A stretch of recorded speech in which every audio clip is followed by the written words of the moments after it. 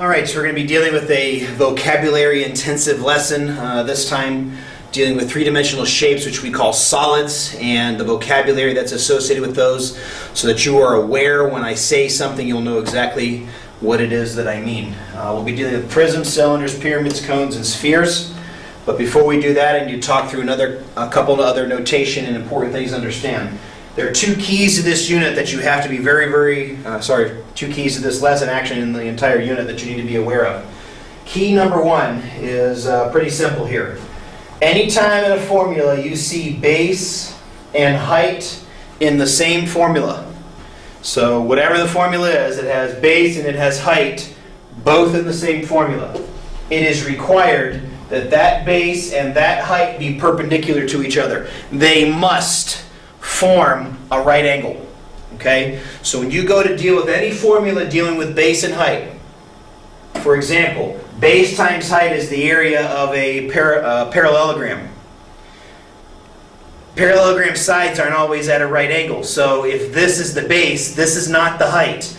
Bases and heights must be perpendicular. So it's got to be, if I'm calling this the base, it's got to be the perpendicular distance from here to whatever it is that I'm measuring to. Same thing with triangles and all kinds of other shapes. Secondly, from a notation standpoint, if you see a lowercase letter, that is always talking about a length. For example, area equals pi r squared is a perfect formula to show this about. The little r represents the length of the radius. It's a little r, always represents length. Which also brings out the other piece. If it's capital letter,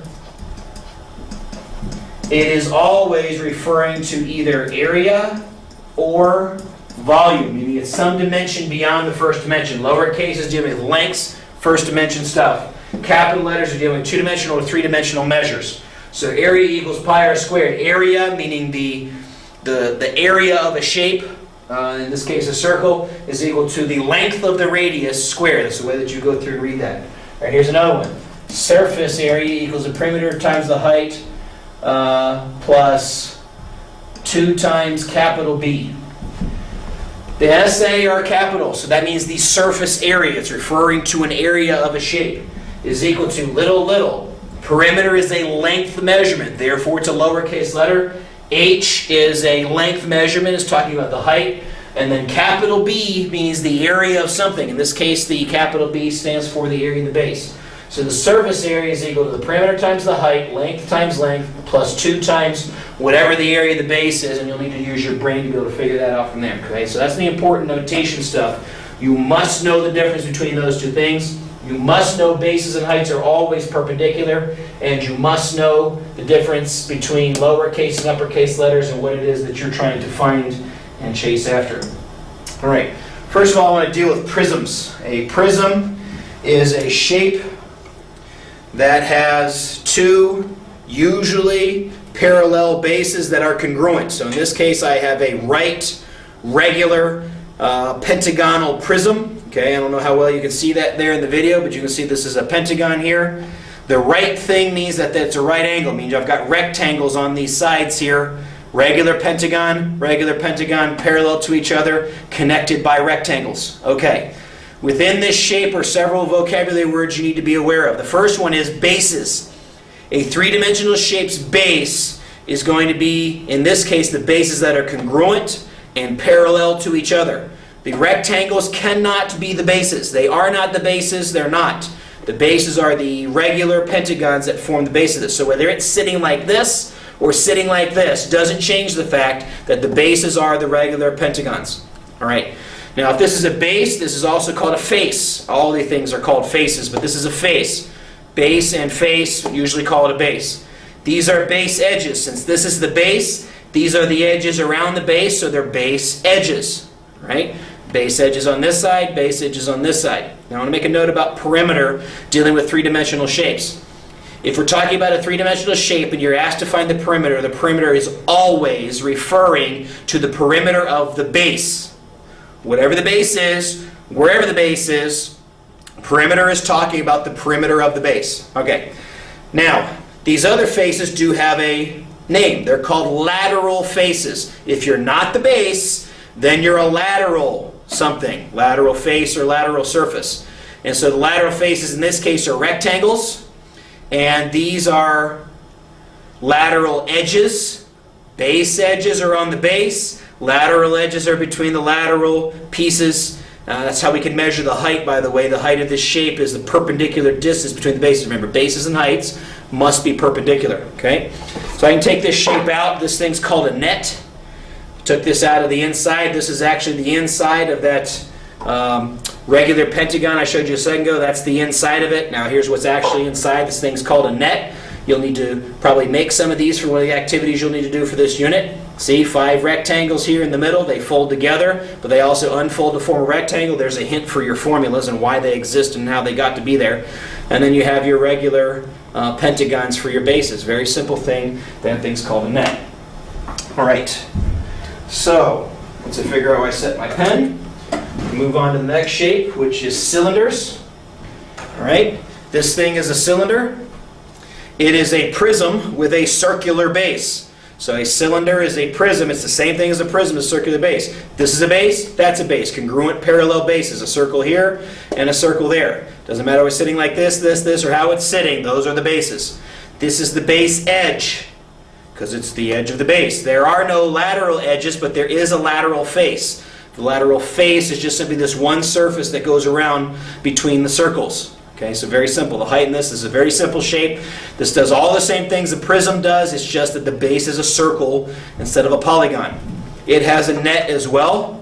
Okay, circle and circle, unfold, and then the lateral face just forms nothing more than a rectangle that's folded around or bent around in order to match the circles that are on the ends. Simple shape there.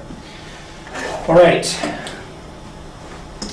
Next thing is a pyramid. A pyramid is exactly what you think a pyramid is. A little bit different than a prism, although in a lot of ways it's the same thing. It has a base as well. Okay? Base here, this one is a hexagonal, a regular hexagonal pyramid because its base is a regular hexagon. The tip is right above the center of the hexagon.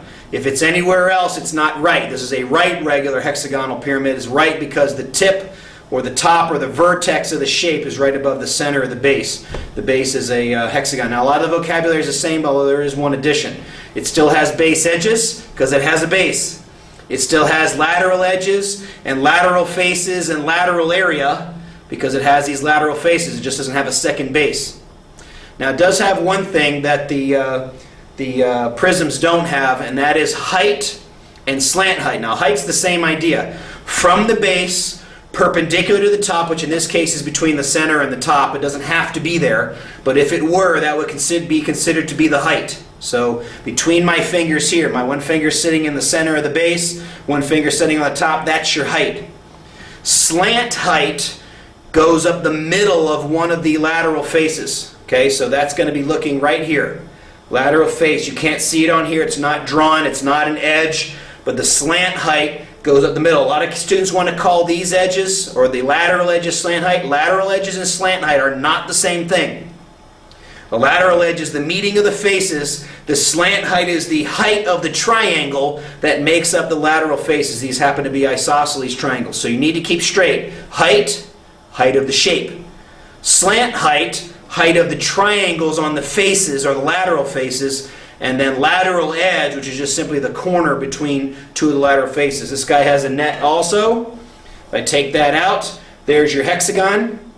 And then here are the isosceles triangles, fold out to make something pretty close to what would be a hexagon. It has 6 sides there, kind of looking circle-y. There's a hint towards some of your formulas if you're going to try to do your proof sets. Okay?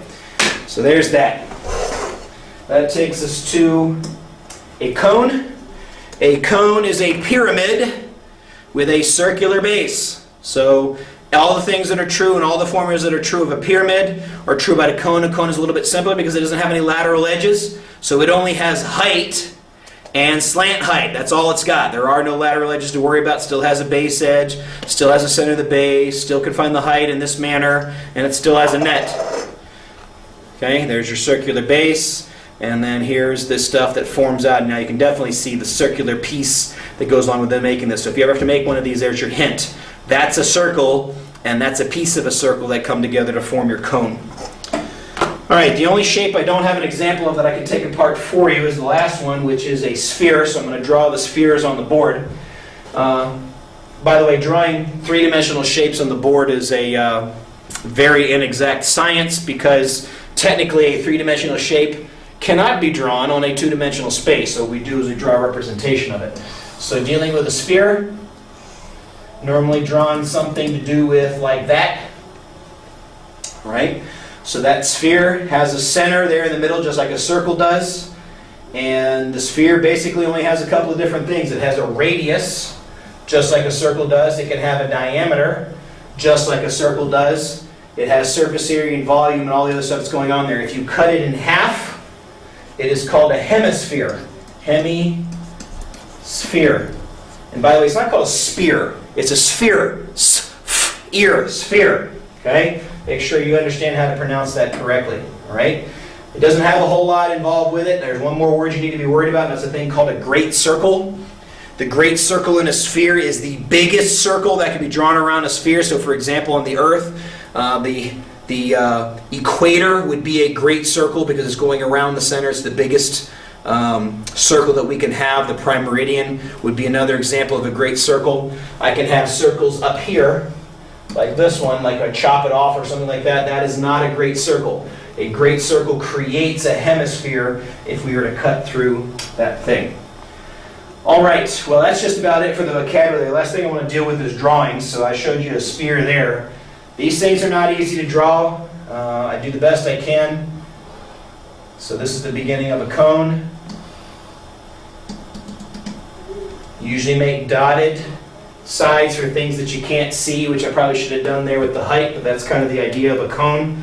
Best I can do on the drawing. I'm not a good drawer to begin with, and then when alone, it's impossible. It's really hard to deal with. So then let's say we had a pyramid here, and then maybe sides in there, and maybe I draw on a height or a slant height or something of that nature. We'll maybe draw up this bottom back corner. So that's maybe a pyramid, best we can do.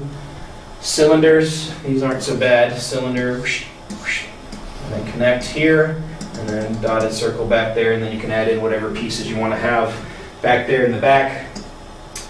And then lastly, a prism. And it reminds me of one other thing I want to tell you before I cut this video off. But here's my prism shown there. All right, I had one other issue I wanted to deal with. I almost forgot about it. I'm glad I drew these so I could remember this. In a couple of your different shapes, you have to worry about their orientation. For example, in this shape, which is a rectangular prism, where's the base? You see, because all the opposite sides are parallel to each other. So, which one's the base in this situation? Now, it's easy to figure out where the base is for this guy. The bases are different than the sides. These are pentagons. These are rectangles. No big deal. These are all rectangles. Even though they have square ends, they're still a rectangle. So which is it? You go by top and bottom. When you come into a situation like this, dealing with a prism, if it's a rectangular prism, by default we use the top and the bottom, unless you're told otherwise. All right? Same thing can happen with a triangular pyramid. Where's the base and where's the height? Now, in this case, it's actually pretty simple because these are isosceles triangles. This is an equilateral triangle. That's the base. But you could have a situation, I don't have an example of it, of equilateral triangles in all the places. Then again, it's the one that's on the bottom is considered to be the base in order for you to do any work or your calculations. All right, that's that. A lot of vocabulary. Until next time, hasta la vista.